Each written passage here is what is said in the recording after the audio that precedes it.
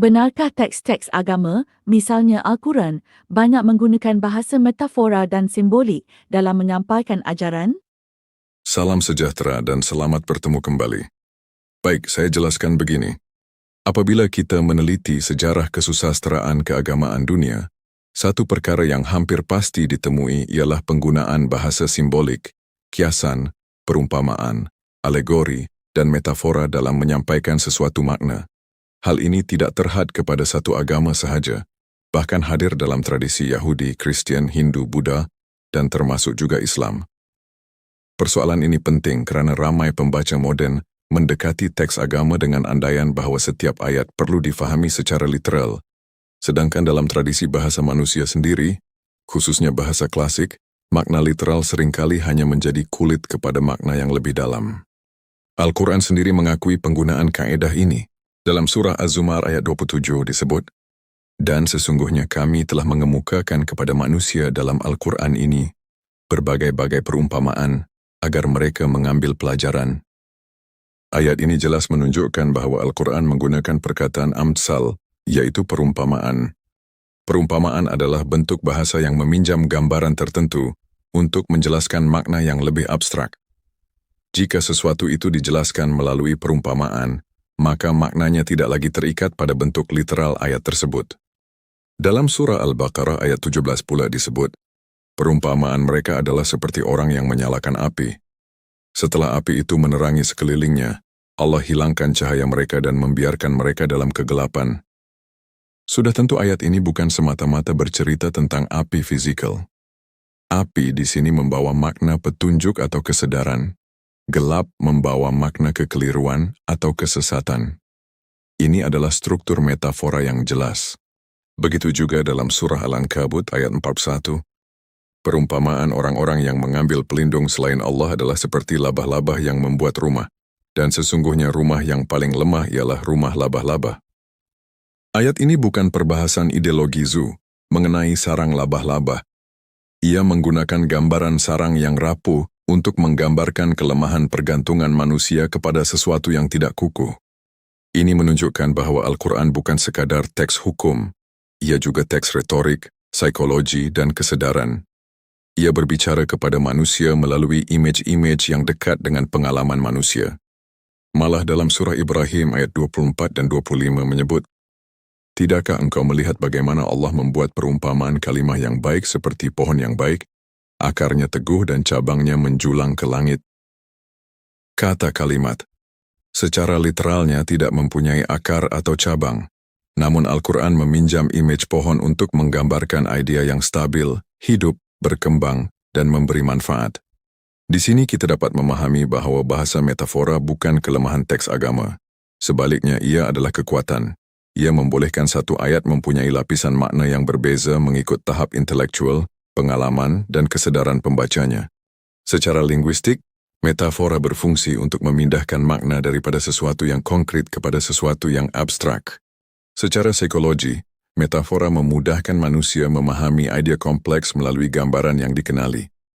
Secara spiritual, metafora membenarkan satu teks yang bersifat hidup dan merentas zaman, kerana ia boleh ditafsirkan semula dalam konteks baru.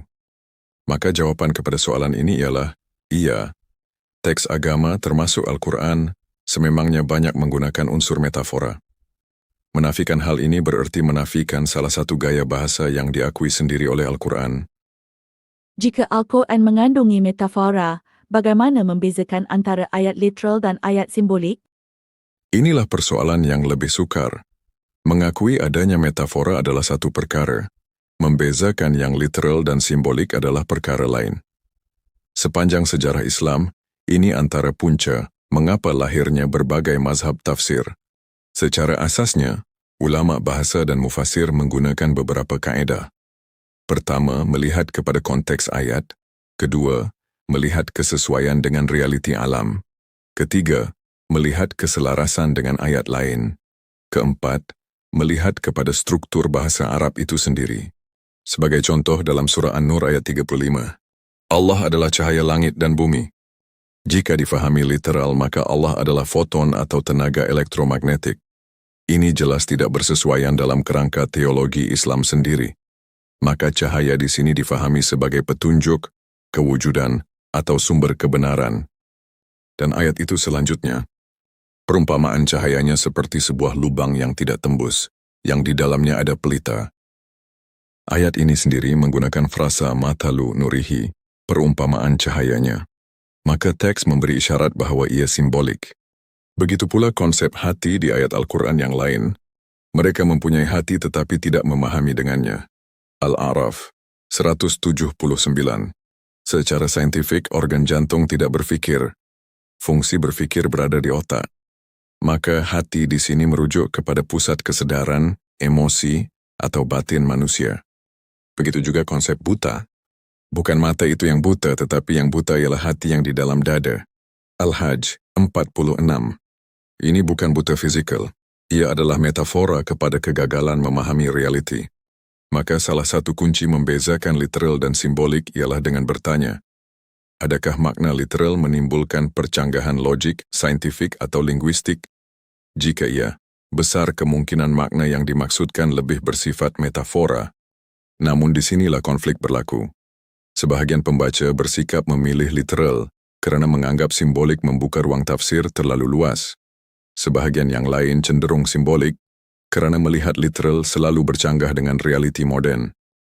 Perdebatan ini bukan baru. Dalam sejarah Islam, golongan Mu'tazilah lebih cenderung mentakwil ayat simbolik, manakala sebahagian Hanbali lebih cenderung menerima zahir teks. Justru membaca Al-Quran memerlukan keseimbangan antara bahasa, konteks, akal, dan tradisi. Namun terdapat satu golongan yang berbeza, yaitu mereka yang menemukan makna Al-Quran secara berlapis-lapis ke dalam. Golongan ini sering disebut sebagai golongan batin, yang dikaitkan dengan situasi terbuka hijab.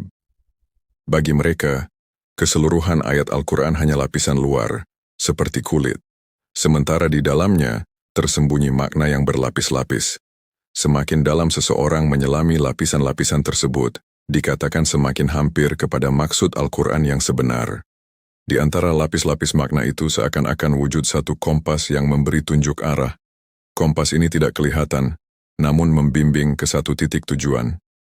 Itu bermaksud, jika tiga orang yang terpisah mengalami situasi yang sama, mereka akan terarah tujuan dan makna yang sama, walaupun ketiga-tiganya tidak pernah bertemu atau berbincang.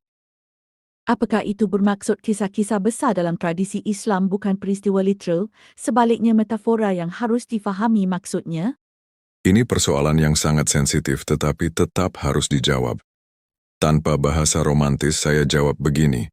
Ketika kita berbicara soal metafora, tumpuan kepada cerita-cerita literal, apakah benar atau tidak, apakah sejarah atau bukan, tidak lagi penting. Tujuan kita tertumpu kepada pesanan, yaitu maksud yang berlapis-lapis di sebalik cerita itu. Sebagai contoh ketika Musa berkata, "Lalu bunuhlah dirimu. Yang demikian itu lebih baik bagi kamu di sisi penciptamu." Al-Baqarah 54.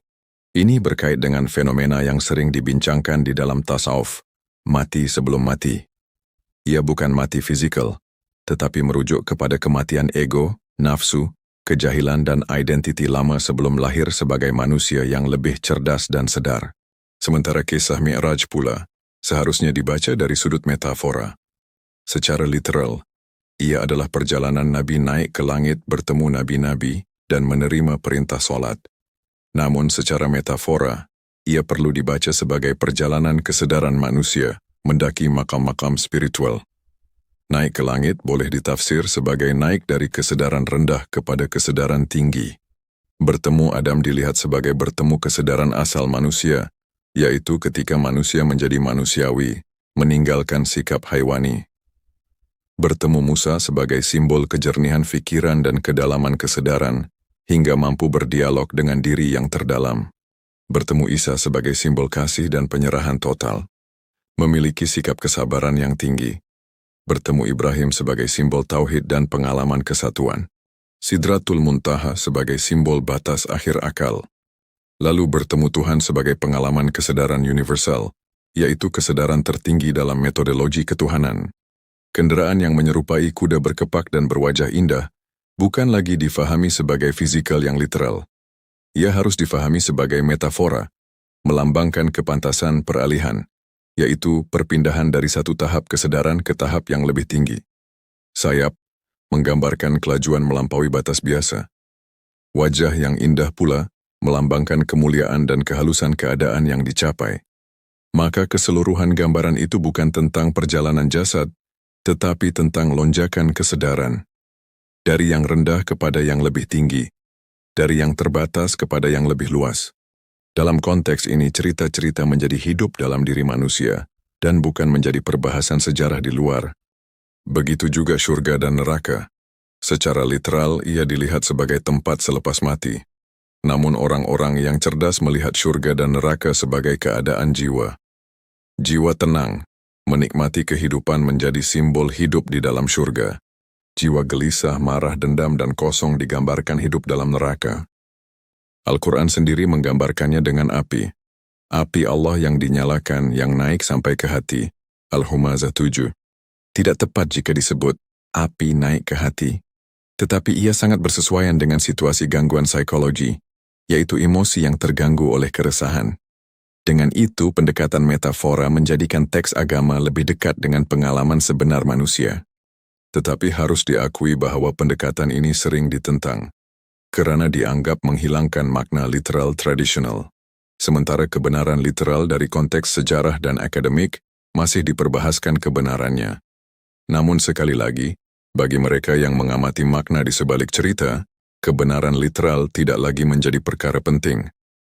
Apakah implikasi memahami agama melalui metafora? Memahami metafora dalam agama mengubah cara manusia membaca teks suci. Ia menjadikan teks lebih hidup, lebih fleksibel, lebih relevan merentas zaman, dan yang paling penting, lebih mendekati reality. Tanpa pemahaman metafora, manusia akan terperangkap dalam bentuk zahir dan bergaduh tentang bentuk. Dengan metafora, manusia mula mencari makna di sebalik bentuk. Apabila cahaya tidak lagi sekadar cahaya fizikal, kita mencari petunjuk. Apabila buta tidak lagi sekadar buta mata, kita mencari kesedaran. Apabila mati tidak lagi sekadar kematian tubuh, kita mencari transformasi jiwa.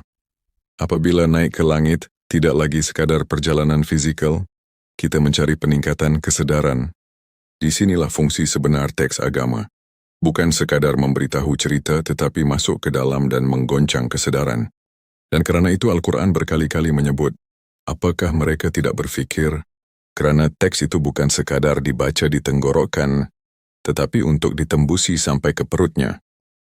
Ini soalan terakhir. Adakah gaib itu benar-benar gaib atau sekadar realiti manusia yang dibungkus dalam bahasa simbolik? Setelah meneliti penggunaan metafora dalam Al-Quran dan tradisi agama secara lebih mendalam, satu kemungkinan besar mula kelihatan. Banyak ajaran yang selama ini difahami sebagai perkara gaib sebenarnya berakar daripada pengalaman realiti manusia yang sangat dekat, yaitu emosi, psikologi, kesedaran, konflik batin, penderitaan jiwa, harapan, ketakutan, dan proses transformasi diri. Manusia sejak dahulu sentiasa berhadapan dengan persoalan dalaman yang kompleks. Mereka mengalami gelap dan terang dalam fikiran, mengalami jatuh dan bangkit dalam kehidupan, mengalami mati dan lahir semula dalam bentuk perubahan jiwa, mengalami syurga dalam ketenangan dan neraka dalam penderitaan batin. Semua pengalaman ini adalah nyata, boleh dirasai, dan berlaku pada hampir setiap manusia. Namun apabila pengalaman-pengalaman dalaman ini diterjemahkan ke dalam bahasa agama, ia sering dipersembahkan dalam bentuk metafora yang lebih dramatik, simbolik, dan sakral. Jelas menjadi petunjuk ilahi, keliru menjadi kesesatan, keresahan menjadi api seksaan, langit menjadi darjat kesedaran, turun naik menjadi simbol jatuh dan bangunnya jiwa, mati menjadi simbol transformasi, kebangkitan menjadi simbol kesedaran baru. Dalam kerangka ini, bahasa gaib bukan semestinya merujuk kepada sesuatu yang benar-benar berada di luar realiti, tetapi kepada sesuatu yang tidak kelihatan secara fizikal, yaitu proses mental, emosi, dan psikologi manusia. Sesuatu yang tidak boleh disentuh, tetapi boleh dialami. Dari sudut sejarah pula, membungkus realiti psikologi ke dalam bahasa sakral akan menjadikan ajaran lebih kuat pengaruhnya. Sesuatu yang dipersembahkan sebagai datang dari langit lebih mudah dihormati berbanding sesuatu yang dibentangkan sebagai teori psikologi biasa. Sesuatu yang dianggap suci lebih mudah dipatuhi berbanding sesuatu yang dianggap sekadar nasihat. Dengan cara itu, ajaran menjadi eksklusif, memiliki otoriti moral, dan lebih berkesan dalam membentuk tingkah laku masyarakat. Ini tidak semestinya bermaksud semua ajaran agama sengaja dicipta untuk memanipulasi. Sebaliknya, ia menunjukkan bahwa manusia zaman awal menggunakan bahasa terbaik yang mereka miliki, bahasa mitos, simbol, dan metafora, seiring dengan perkembangan yang tidak dirancang untuk menjelaskan pengalaman batin yang sukar dihuraikan secara saintifik seperti hari ini. Apa yang dahulu disebut gangguan syaitan, hari ini dibincangkan sebagai gangguan psikologi. Apa yang dahulu disebut bisikan iblis, hari ini difahami sebagai konflik bawah sadar. Apa yang dahulu disebut hati gelap, hari ini dikenali sebagai trauma, dendam, atau kekeliruan identiti. Apa yang dahulu disebut cahaya hidayah, hari ini difahami sebagai kesedaran, pencerahan, atau kejernihan mental. Apa yang dahulu disebut surga dan neraka, bukan sekadar destinasi selepas mati, tetapi keadaan jiwa yang sudah dirasai ketika hidup. Dengan penelitian yang tajam, seharusnya kita mulai dapat melihat bahwa sebahagian besar rahasia gaib sebenarnya sedang berlaku dalam diri manusia setiap hari. Peneliti tidak semestinya merendahkan agama. Agama tetap dihargai sebagai kekayaan budaya dan harta sejarah.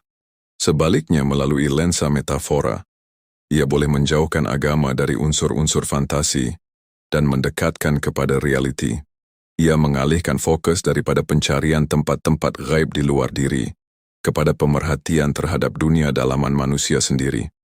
Langit pertama yang perlu ditembusi bukan langit di atas, tetapi batas dalam fikiran sendiri.